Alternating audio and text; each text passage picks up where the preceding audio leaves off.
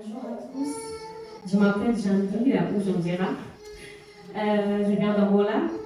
Ça fait 3 ans que je suis en France et j'ai toujours chanté à l'église au pays. Mais j'avais un peu peur de me lancer à cause de mon accent peut-être en français ou la prononciation de mots, vu que je parle portugais. Mais heureusement, je me suis lancée quand même et je suis là. Je suis très très contente. Merci beaucoup à tous. Eh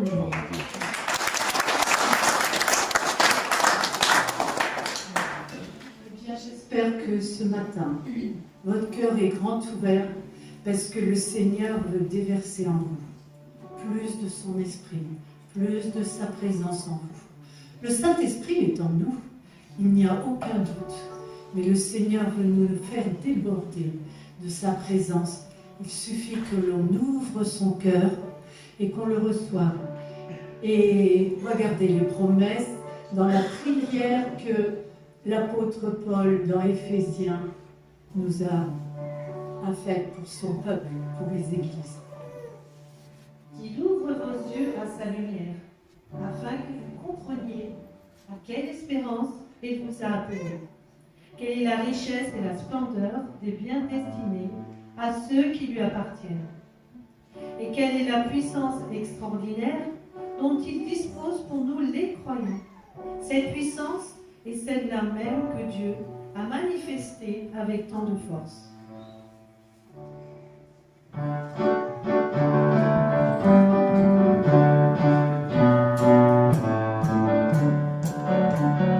Souffle puissant qui créa l'univers, viens en nous, ô Saint-Esprit. Tu fais jaillir la vie et la lumière, viens en nous, ô Saint-Esprit. Pour qu'éclate un million de couleurs, viens en nous, ô Saint-Esprit. La liberté du feu créateur, viens en nous, ô Saint-Esprit. Viens en nous, ô Saint-Esprit. Tout s'échange en couleurs à l'écoute de ton cœur. Nous venons te louer, à ta voix tout s'éveille, tout s'éveille. Nous venons te louer, notre Dieu, notre roi, le sujet de notre joie. Nous venons te louer, te louer, te louer.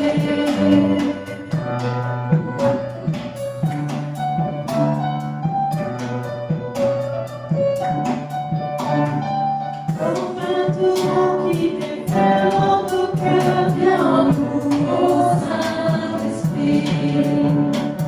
Un ouragan qui dissipe les peurs, viens en nous, ô Saint-Esprit. Que résonne en nos vies ta promesse, viens en nous, ô Saint-Esprit. Que nos cœurs soient remplis d'allégresse, viens en nous, ô Saint-Esprit. Viens en nous, ô Saint-Esprit. Change en couleur à l'écho de ton cœur. Nous venons te louer, à ta voix tout s'éveille, tout s'éveille. Nous venons te louer, notre Dieu, notre roi, le sujet de notre joie. Nous venons te louer, te louer, te louer.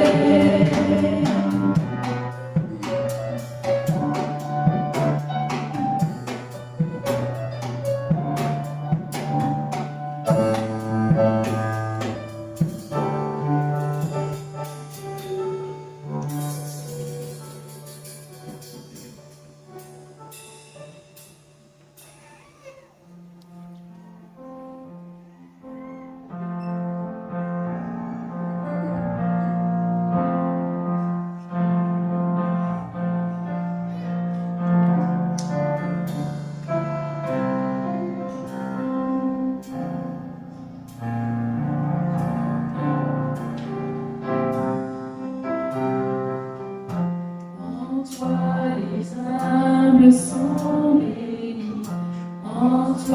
les faibles sont affaiblis, les cœurs brisés, tu rétablis, donnant la vie. Cet amour qui peut libérer, cet amour qui peut restaurer, nous appelle par notre nom. Tu nous appelles par notre nom. Dieu qui créa tout l'univers, c'est Dieu qui vient nourrir au calvaire, nous appelle par notre nom. Tu nous appelles par notre nom.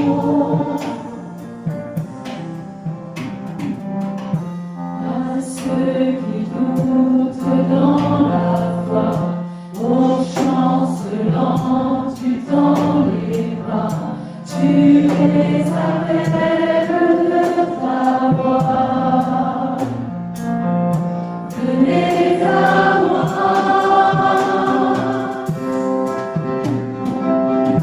Cet amour qui peut libérer, cet amour qui peut restaurer, nous appelle par notre nom. Tu nous appelles par notre nom. Dieu qui créa tout l'univers, ce Dieu qui vient mourir au calvaire, nous appelle par notre nom. Tu nous appelles par notre nom.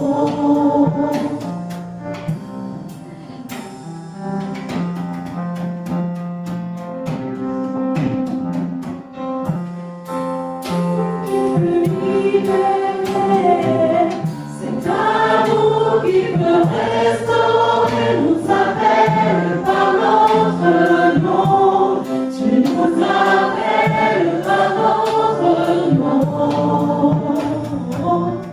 Dieu qui créa tout l'univers, ce Dieu qui va mourir au calvaire, nous appelle par notre nom. Tu nous appelles par notre nom.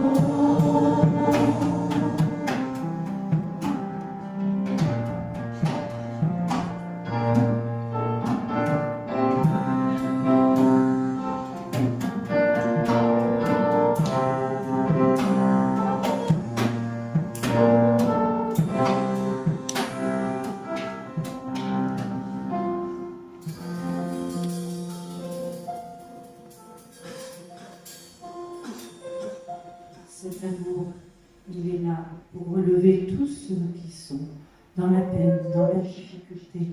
Il est là, cet amour pour nous envelopper.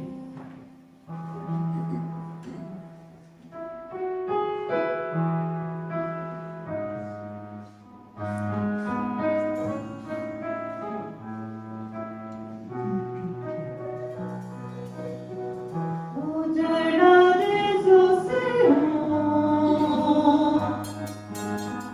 tu es venu me chercher. Au-delà des océans, son amour magnifique. Montre-moi la splendeur et la beauté qu'il y a à t'obéir de tout cœur à ce qu'on vient à ta voix. Tu viens me lever le fait, tu le prends dans tes bras, tu le conduis vers mon Père, il me console ici-bas. Dans le cri de ma prière, sois mon secours et ma joie. Passer de l'ombre à la lumière, j'ai mis mon espoir en toi.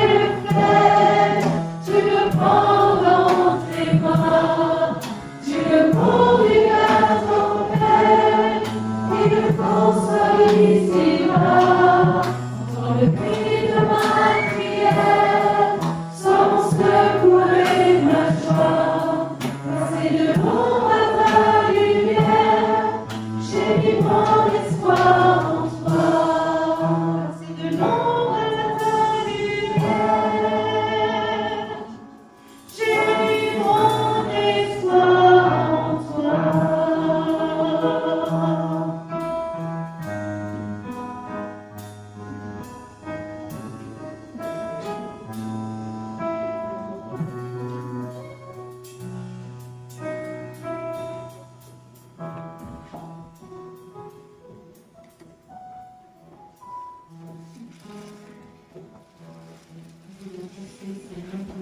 La lumière.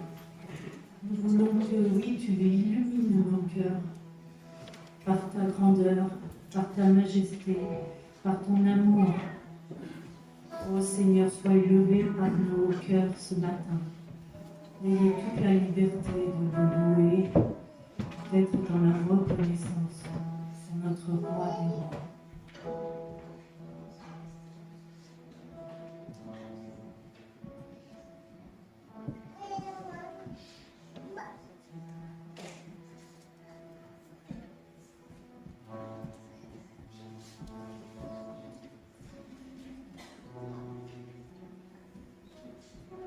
Père, je te remercie pour la main du berger sur ma vie.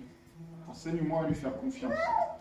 Je sais que je ne manquerai de rien pour mon corps, mon âme et ma pensée, parce que tu me conduiras et me guideras d'une main sûre. Alors Père, apprends-moi à écouter le son de ta voix et à te suivre. Je sais que tu me conduiras là où j'aurai la vie en abondance. Je te prie, Père, guéris mon âme, purifie-moi. Touche-moi là où je suis blessé et répare ce qui est cassé. Je me livre à toi parce que tu es le bon berger. Je suis entre de bonnes mains. Je ne craindrai pas les sombres vallées. Tu me les feras traverser et m'apprendras à triompher. Je te remercie, Père, d'être mon berger, de me connaître si bien. Amen.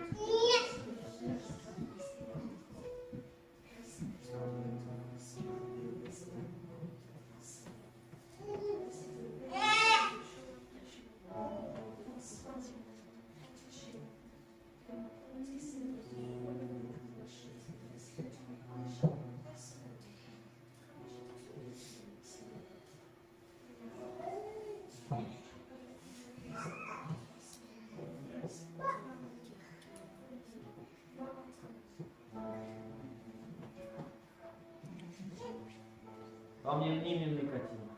Tu ești lumina lumii, Tu ești Dumnezeu, Dumnezeu împărat. Dă-i, Doamne, puterea Duhului Sfânt, Doamne, credință în Tine, Doamne, să nu dăm înapoi, Doamne, că am făcut legătura, Doamne, cu Tine, Doamne. Și Te mărturisim ca Domn, slavă Ți-i, glorie, veșnic, viu Iisuse, Doamne. Vină, Doamne, în lumea noastră, Doamne, și poartă-ne de grijă, Doamne, și poporul care, Doamne, e ales de Tine. Care este Doamne, și Ucraina, Doamne, poporul, Doamne, Său, Doamne, în fiecare. Tu vin în ajutor, Iisuse, Doamne. Doamne, Tu nu ne lași, Doamne, și în așa de nevoie, Tu ești alături, Doamne, și Iisuse, Doamne, viața noastră. Binecuvântat este numele Tău, cum în cer și cum în Domnul nostru. Amin.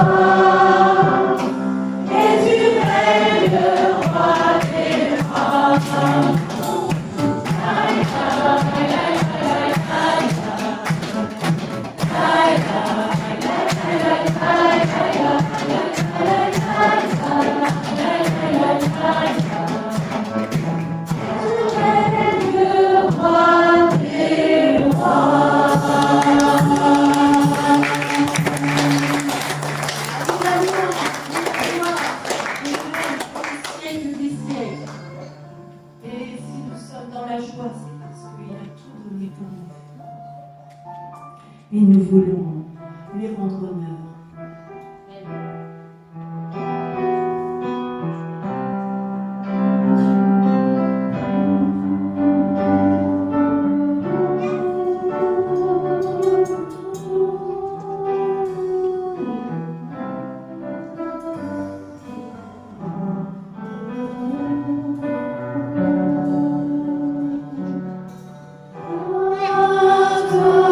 Lord.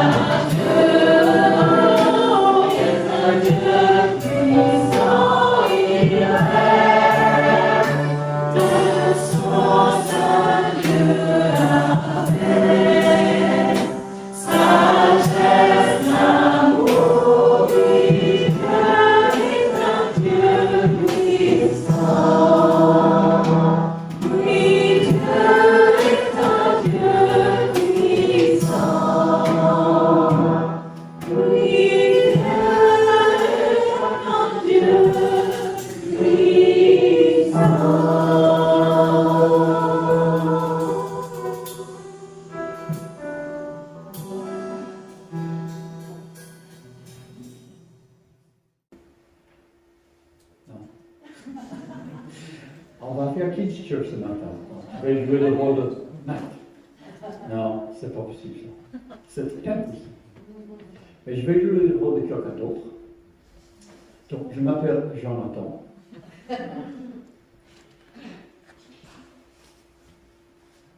Et je devrais être là ce matin.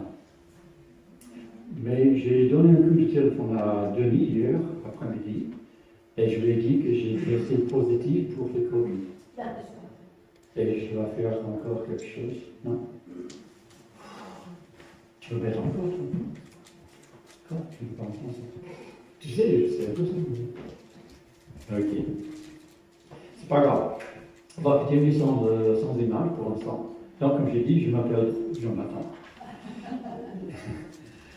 Bah, d'ici 20 ans, il y aura une certaine chose de mariage, je pense. Mais bon, enfin. Donc, je devrais être là avec vous ce matin, mais je ne peux pas être là avec vous ce matin parce que j'ai testé positif, etc., etc. Et je devrais être là pour vous remercier pour votre soutien faut comprendre, Jonathan, c'est un jeune homme qui faisait partie de cette église quand il était gamin.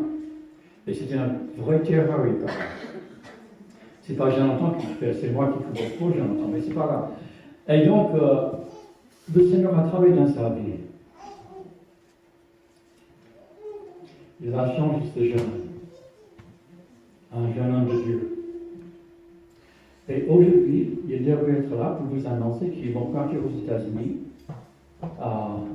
Et ils vont partir, voilà la famille. Ils vont partir pour être engagés en tant que missionnaires avec nous, l'équipe de IAM, pardon. Et qu'ils vont revenir ici en France pour travailler avec nous à plein temps. Ils étaient déjà là, mais ils étaient là comme internes, comme stagiaires. Dans un certain sens, ils ont travaillé avec l'église de Saint-Sébastien pendant 3 ans. Et ils ont fait un super travail. La patience, beaucoup de grâce. J'ai dit souvent à Jonathan, bienvenue au ministère, parce qu'ils avaient plein d'ennuis, plein de choses difficiles à gérer.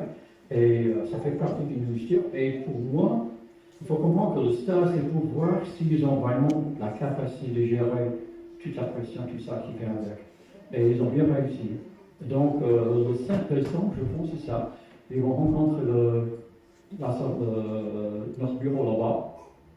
Et en principe, si Jonathan fait une bêtise, ils vont être acceptés et engagés en tant que missionnaires à plein temps avec nous.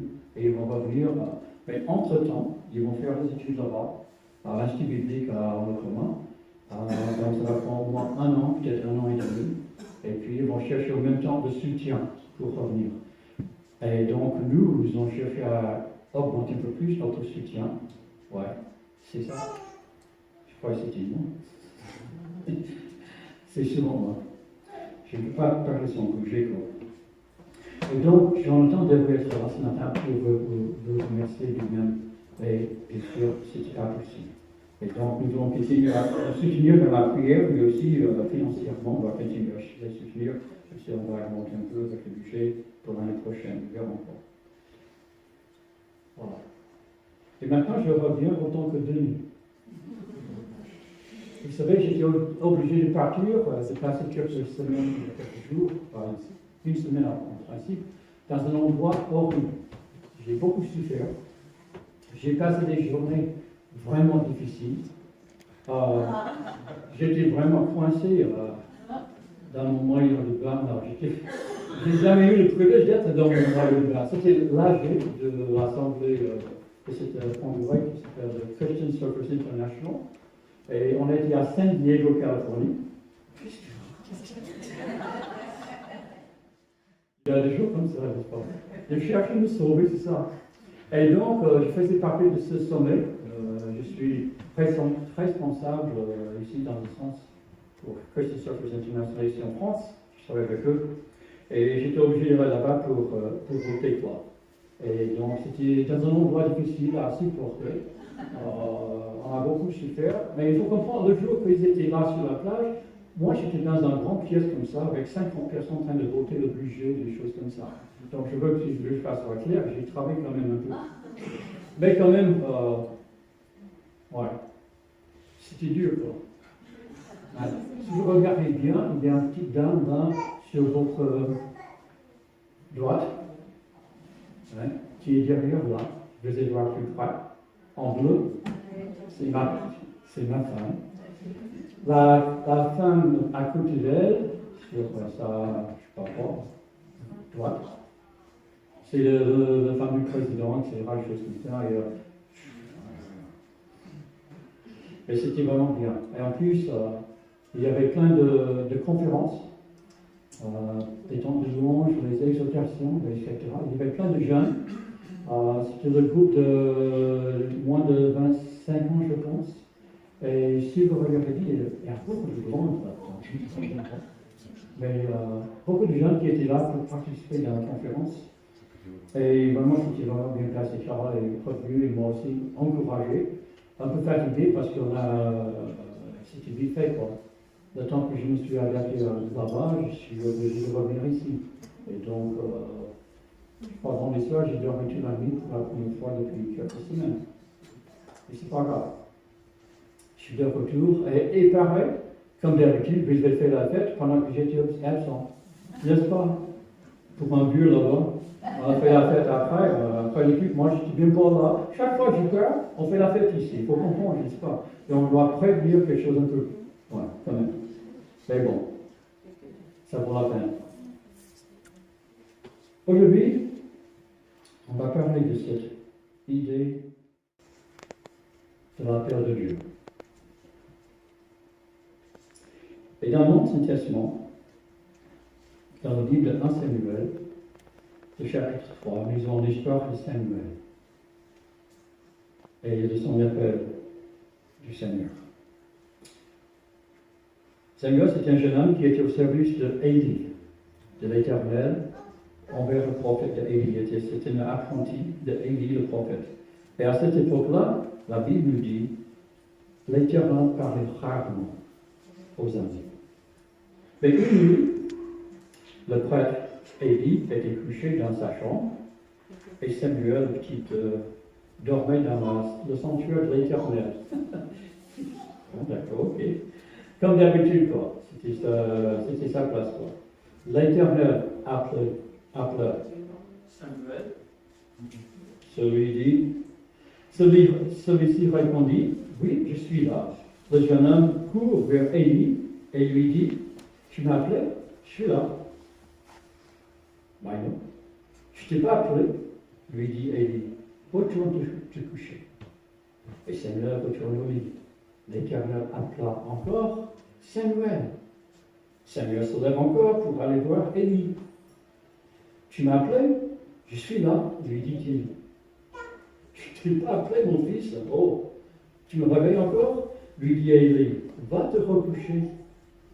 Or, Samuel ne connaissait pas encore, c'est marqué dans la Bible. Or, Samuel ne connaissait pas encore l'Éternel. Et celui-ci ne lui avait encore jamais parlé directement. Donc, l'Éternel a appelé Samuel pour la troisième fois. Samuel se lève comme d'habitude, il se rend auprès d'Élie et il dit encore, me voici car tu m'appelais. Alors, finalement, ce prophète a compris que c'était l'Éternel qui cherche à parler à ce jeune homme. Il a dit, Samuel, retourne au lit, va te coucher, et si on t'appelle, tu diras, parle, l'Éternel, car ton serviteur écoute. Et Samuel a repris sa place au lit. Et nous avons, dans le verset 10, l'Éternel va encore se placer près de lui. C'est bizarre que c'est marqué près de lui. C'est pas loin. Et oh là, non. Le Seigneur se mettait près de lui, ce jeune homme. Et il appela comme les autres fois, Samuel. Samuel. Vous savez, je m'appelle Denis, et j'étais toujours touché, souvent touché par ma mère quand elle m'appelait Denis dans une certaine façon. Notre Père céleste nous appelle par notre prénom. Et plus grand encore que ce sentiment que j'ai eu avec ma mère quand mon Père céleste m'appelle Denis. Ça fait quelque chose. Donc, l'Éternel vient se placer près de lui et l'appelant comme les autres fois, Samuel, Samuel. Et cette fois-ci, celui-ci répondit, parle, car ton serviteur écoute. Car ton serviteur écoute. Le début de notre capacité de comprendre la parole du Seigneur est d'avoir cette attitude d'un serviteur qui écoute. D'un serviteur qui écoute.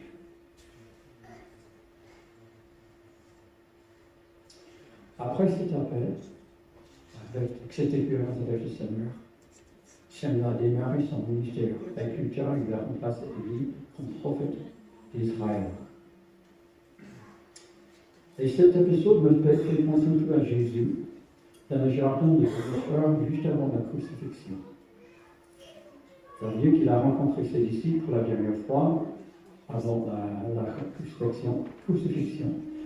Il est entré dans le jardin, il a commencé à prier, à parler avec son Père. Et regarde ce qu'il dit. Je n'ai pas pris.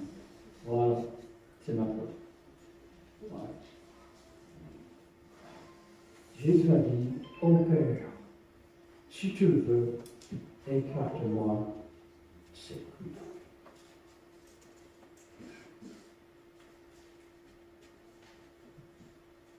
Toutefois, que ta volonté soit faite, et non pas la mienne. L'homme Jésus ne voulait pas la croix. Il ne voulait pas vivre ces moments horribles. Il ne voulait pas porter les fautes, les bêtises des autres. Il ne veut pas souffrir. Mais, beaucoup plus important que tout cela, il voulait vraiment faire la volonté de Dieu dans sa vie. Plus que tout le reste, il voulait suivre le Seigneur, son Père, à 100%. 100%.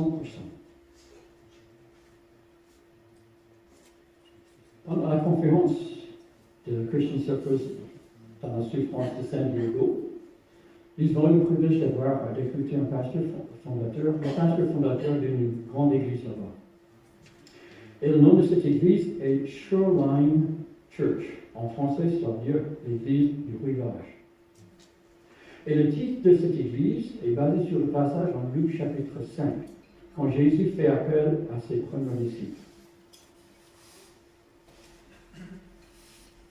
Donc un jour, alors Jésus se tenait au bord du lac de pardon, quelque chose comme ça. Et quand la foule se pressait autour de lui pour écouter la parole de Dieu, il a vu 2 bateaux. Et les pêcheurs, ils étaient en train de descendre et nettoyer les filets. L'un de ces bateaux appartenait à un certain Simon. Jésus monte sur le bateau, il demande à Simon de s'éloigner un peu du rivage. Puis, il a pris une place sur le bateau et il a commencé à enseigner la foule, parce que la foule était tellement immense qu'il avait besoin de s'échapper un peu. Et donc, quand il a fini avec le parler, il a dit à Simon, avance vers le large,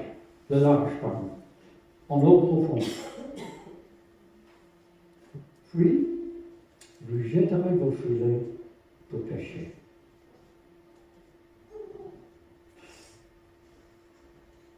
Regardons bien la réponse de Pierre, de Simon, à cette commande dans un certain sens de Jésus.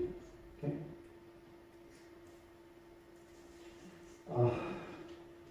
Tu sais, maître, nous avons travaillé toute la nuit. Et nous n'avons rien pris.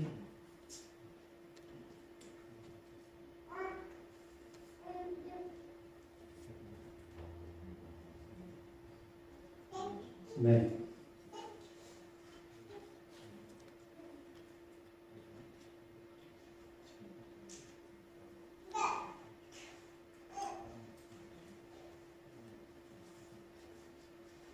je n'ai pas du tout non plus.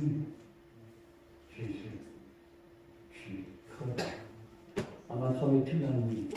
On n'a rien pris. Mais, parce que toi, tu me demandes, je le ferai.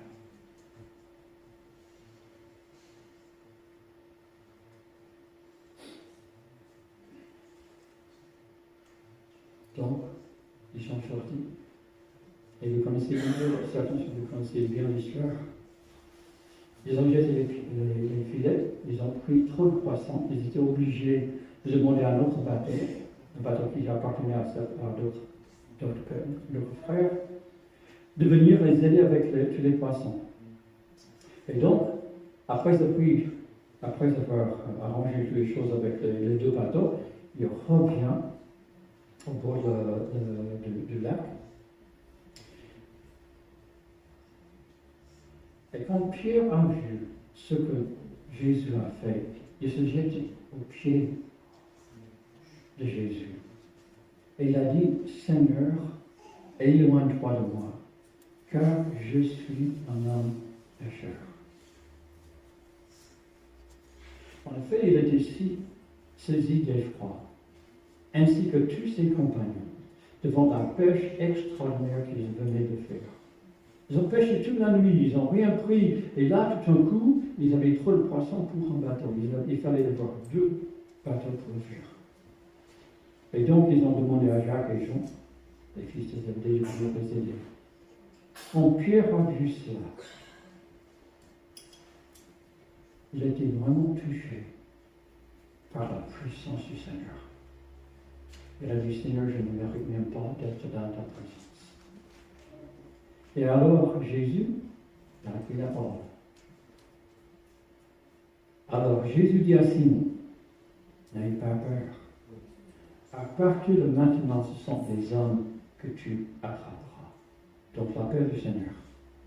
Regarde la réponse et bien réfléchir à leur réponse. Dès qu'ils eurent ramené leur bateau au rivage, ils laissèrent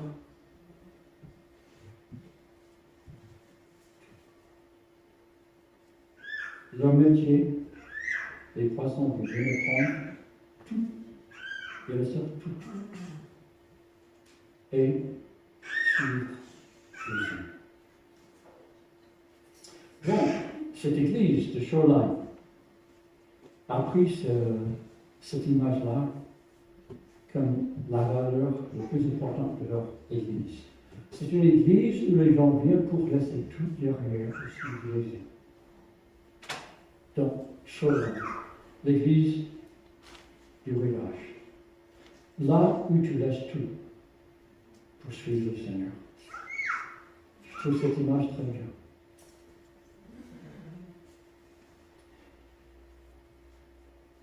J'étais dans ma 3e année de l'Institut biblique à Nashville, aux États-Unis. Pas Nashville, France. Je ne crois pas cette question. Et c'était en novembre, on avait eu une conférence avec un orateur que je n'aimais pas trop, pour être très honnête. C'était un gars carré comme ça, il était très dur. Chaque fois, tu ne peux pas bouger sans qu'il est là pour... Bon, bref. Ok, je n'aimais pas trop quoi. Et je trouve ça intéressant. Mais, j'étais obligé de participer. Bien sûr, c'est un institut public, tu n'as pas le choix.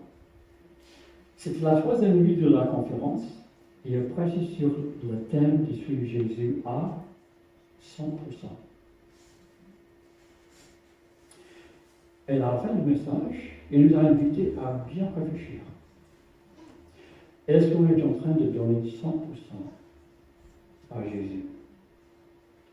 Et le Saint-Esprit m'a bien fait comprendre que j'étais en train de donner beaucoup moins que 100% à Jésus-Christ. Et pourtant, j'étais très actif dans mon église. Je travaillais dans un ministère d'imprimerie. J'étais en train de faire des études bibliques. J'étais responsable pour un groupe de prière sur le campus. Mais c'était clair, Dieu voulait plus. Donc je me suis avancé pour prier avec toi. Et là,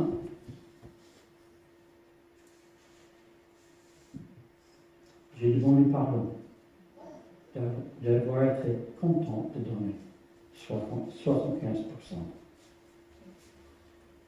Et que je voulais donner 100%.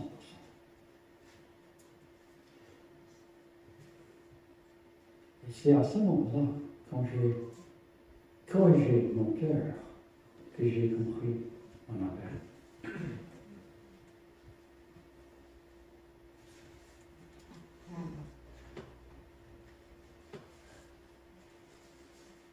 Souvent, on veut que le Seigneur nous montre ce qu'il attend de nous, on aura des solutions pour le faire, non. Mais ça n'a pas marché comme ça pour moi. Il m'a dit, donne-moi ton cœur à 100% et je te montrerai.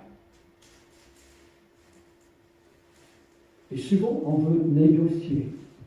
Je veux savoir ce que tu attends de moi. Et nous verrons. Non. Ça ne marche pas comme ça. Je donne mon cœur à 100%. Sans rien qui me retient. Je laisse tout pour suivre Jésus. C'est ça, cette image de Shoreline, cette image de cette église au rivage. C'est ces pêcheurs qui ont laissé leur métier, tous ces poissons, tout ça, pour devenir les disciples de Jésus-Christ.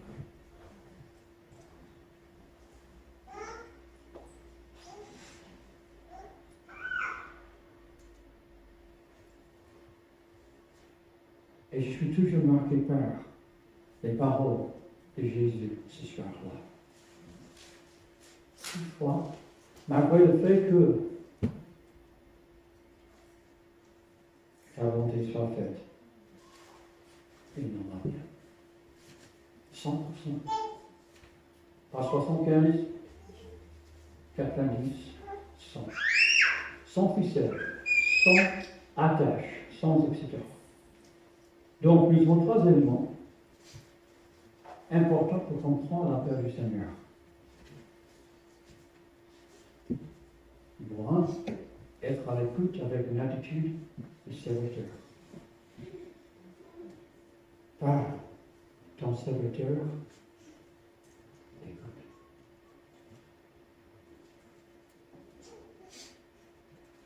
Ils ont tout laissé au bord de la pour suivre Jésus. Est-ce que tu es vraiment prêt à tout laisser de côté et à partir pour le Seigneur, avec le Seigneur? C'est la question.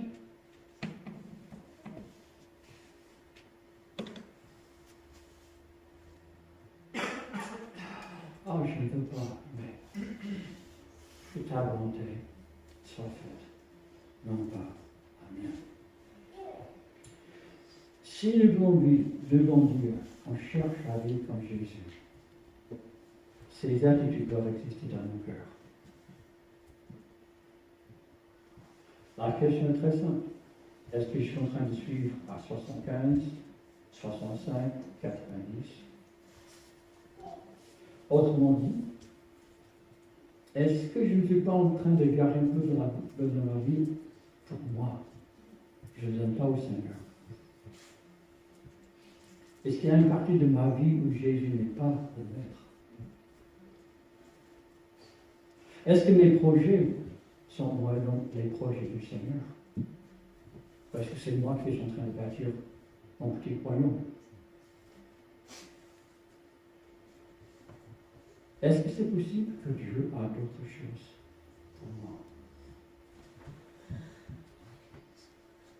Et je suis convaincu que souvent, il ne va pas nous montrer ce qu'il attend de nous avant qu'on soit prêt à lui donner 100%. J'ai compris l'appel ce soir-là. Quand j'ai dit, écoute, tu es le chef de tout. Je retiens rien. Je laisse tout au bord de la mer. Et je veux te suivre sans retien, sans tâche, sans rien, à 100%. Notre vie, c'est vrai, notre région, notre pays, le monde sera touché par les gens qui se donnent à 100%. Ça ne veut pas dire que vous devez être pasteur, le missionnaire ou n'importe quoi. Ça veut dire que votre vie est 100% pour Jésus-Christ. Si vous êtes au boulot, vous êtes là pour glorifier le Seigneur. Si vous êtes là à l'école, vous êtes là pour glorifier le Seigneur à 100%. Et pour certains, ce sera cet appel d'être un pasteur ou missionnaire ou quelque chose d'autre. Et pas tout le monde. Heureusement, vous n'êtes pas tous pasteurs. Je serais un peu embêté ce matin. Mais nous devons tous être prêts à tout quitter pour suivre sa volonté. Toujours. Je ne suis pas à Saint-Nazaire parce que j'ai choisi. Je suis à Saint-Nazaire Mais après, tu lèves les yeux. Honnêtement, parce que le Seigneur m'a envoyé là. C'est tout. Je suis en France. Pas parce que je n'avais pas d'autres choses à faire. J'avais un bon ministère dans l'imprimerie et j'avais des projets. Le chef avait des projets pour moi, plein de choses comme ça. J'étais en... Et je lui ai dit, c'est 75% mon gars. Je veux tout. Et à ce moment, j'ai compris que je devrais passer ma journée dans un autre monde, dans un autre part du monde, pas aux États-Unis. Il m'a dit, reviens vers la France plus tard. Mais ça commence avec ce moment quand je dis, je vais te suivre à 100%. Dans mon mariage, 100% pour Jésus. Au boulot, 100% pour le Seigneur. À l'église, 100% pour le Seigneur. Tous nos projets, toutes nos ambitions, toute notre vie doit être celle de la cette idée de suivre le Seigneur. On ne laisse plus. On lui donne 100%.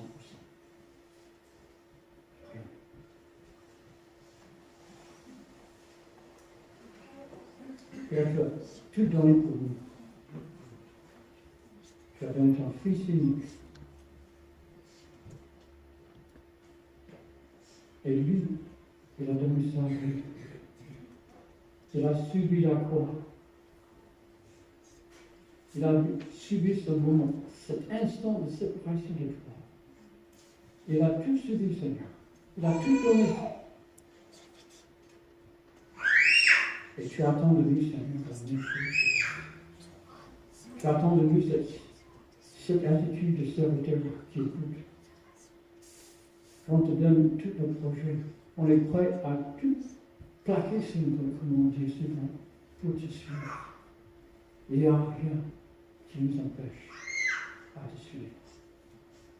Nous voulons vraiment, Seigneur, te suivre à 100%. Je prie que ça soit la prière de nous tous, Père, ce matin. Parce que c'est ces gens-là qui vont toucher le monde. C'était ces apôtres-là qui ont apporté le message du Messie partout dans le monde.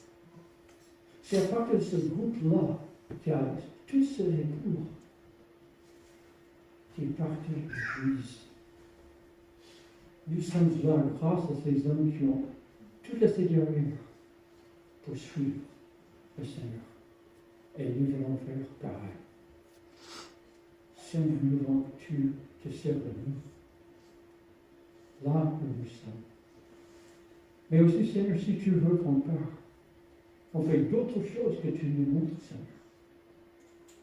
Parce que on veut te suivre à 100%. Plus que rien d'autre. On veut te suivre. Et je prie que notre église soit une église comme ça. Une église de Shoreline. Une église remplie de gens qui te suivent à 100%. Qui ne retiennent rien du tout. Qui ne cachent pas une petite partie de leur vie. Je te l'accorde. Que moi je sois en tant que pasteur.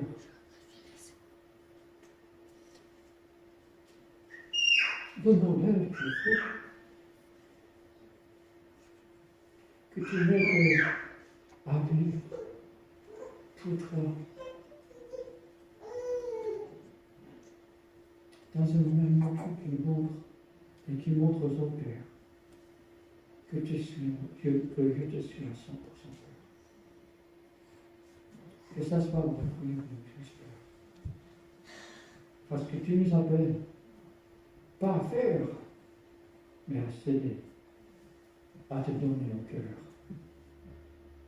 Et après, tu montreras ce que tu attends de nous, Père. Et je prie ce matin, Seigneur, que tu nous aides à bien saisir cette idée-là, Père. Et ce que tu attends de nous. Ce que tu attends de cette Église. Que ton nom soit glorifié par les gens qui te suivent qui en lassitude et rien pour te suivre. Il n'y a rien, c'est important que tu fasses. Et ils ont besoin de ta grâce et ta patience, Père. Parce que c'est pas rien. Et nous devons vraiment vivre comme ça. Et inclus tout cela dans le nom de Jésus. Tu as tout donné pour nous. Amen. Nous entendons avec un chant. Et je vous invite à vous lever pour chanter avec nous. Et c'est un chant qui parle de ce sujet-là. Et j'aimerais bien que vous écoutez bien les paroles que nous sommes de chanter. Que ça soit un chant comme une prière. C'est un moment quand tu chantes ce que tu veux faire. Je vous invite à vous lever et chanter avec nous.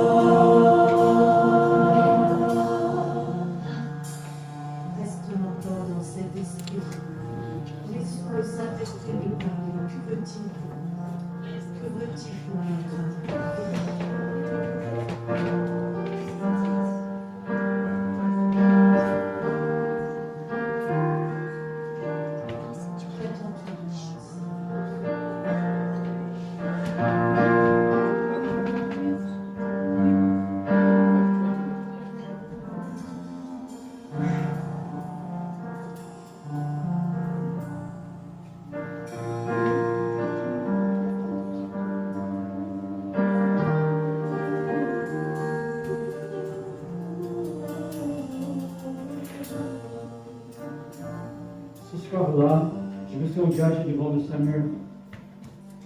Je vous invite à faire pareil ce matin.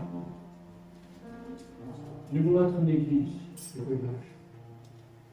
Nous voulons être une église où les gens se donnent à 100% au Seigneur. Il n'y a rien de plus important dans leur vie que de suivre le Seigneur. On ne sait pas toujours ce qu'il attend de nous, mais on est toujours prêt à le suivre. L'église du rivage, on laisse tout derrière pour le suivre. Il n'y a rien.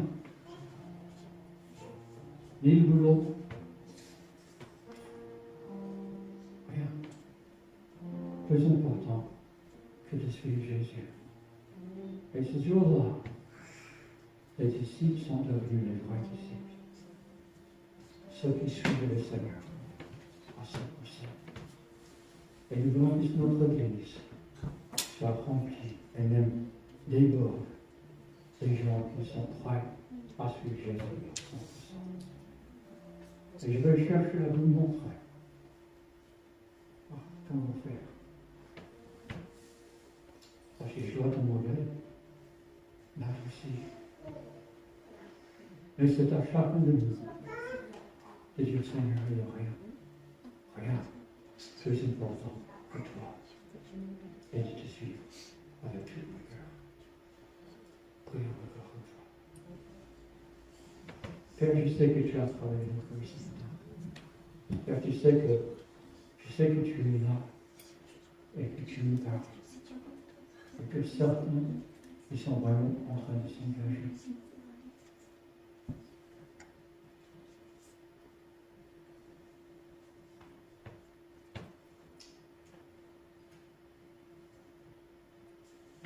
On s'excuse parce qu'on a reproché nos priorités.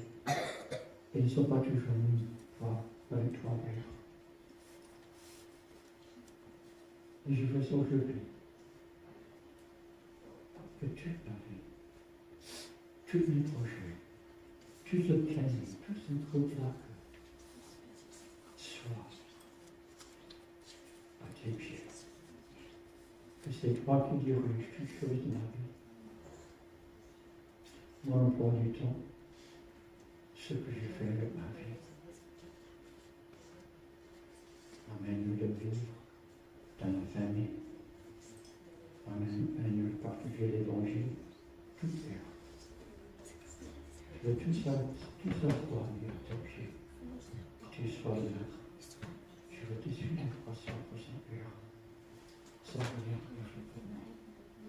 Parce que c'est ce que tu as fait pour moi. Tu as tout donné.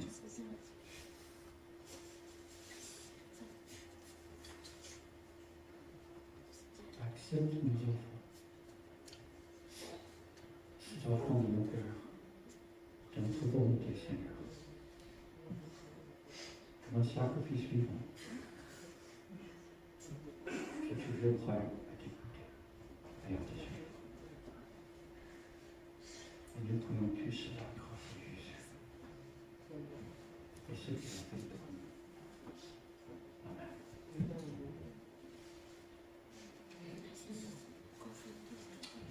Si ce matin, le Seigneur vous a parlé, je vous encourage de parler avec chacun, de le dire.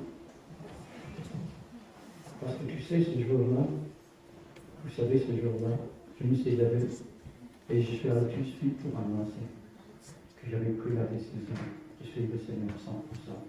J'ai confirmé cette décision concernant le public avec quelqu'un d'autre. Je pense que c'est important de revenir. Je veux dire, quand la Bible parle de la confession, je crois que ça fait partie.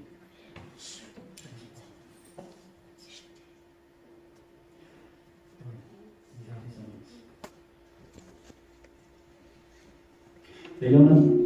Enfin, donc, je vais chercher à faire des bêtises. C'est la chose qui m'arrive des fois. Oh là là. Donc, mercredi soir, toujours à 19h30, voilà que ça dira. Le 5 novembre, dit-je des hommes.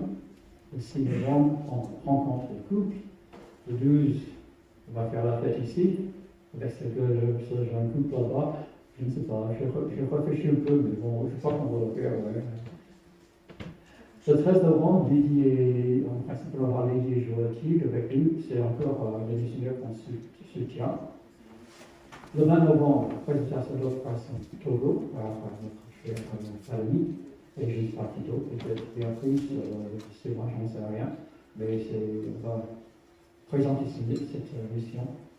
Et puis le 27, nous aurons Audrey encore avec Christian Stephens. Il faut comprendre que pour ceux qui nous rendent visite, devant, c'est sur le mois de la mission chez nous. On soutient plein de personnes. On cherche à donner à peu près 20% de notre offrande aux autres. Et pour l'instant, on va bien, c'est bien. Donc, parce que, et en plus, la plus grande partie, c'est les gens qui font partie de notre vie dans des circonstances, les gens qui sont partis, etc., qui servent comme missionnaires à droite et à gauche. Et puis, c'est Christian Stephens qui se sauve. Je crois que c'est tout.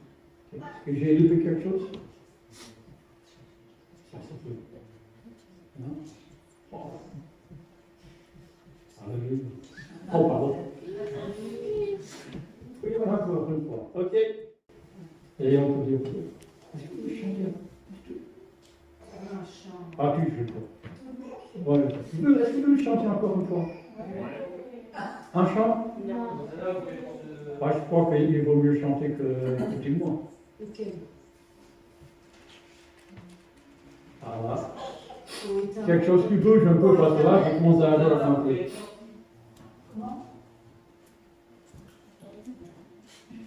Il faut que ce soit un chant qui soit rétro. Donc on va, voilà, très bien. Ouais.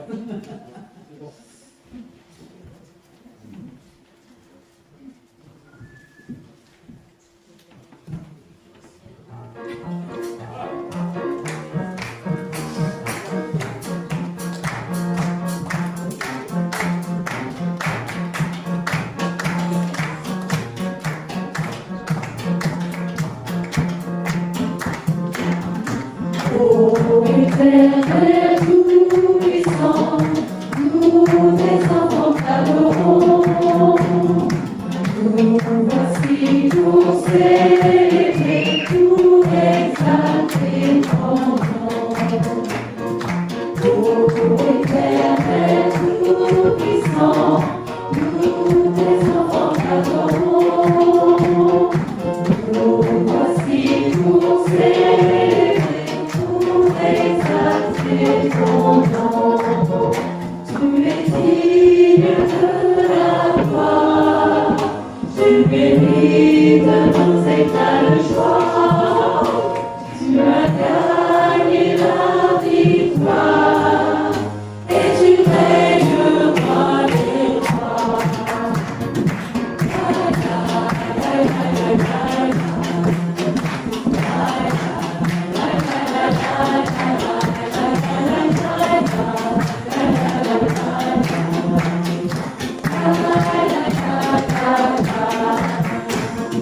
Ô Éternel tout-puissant, nous tes enfants t'adorons. Nous voici pour célébrer, pour exalter ton nom. Tu es digne de la gloire, tu mérites nos états de joie. Tu as gagné la victoire, et tu règnes le roi des rois.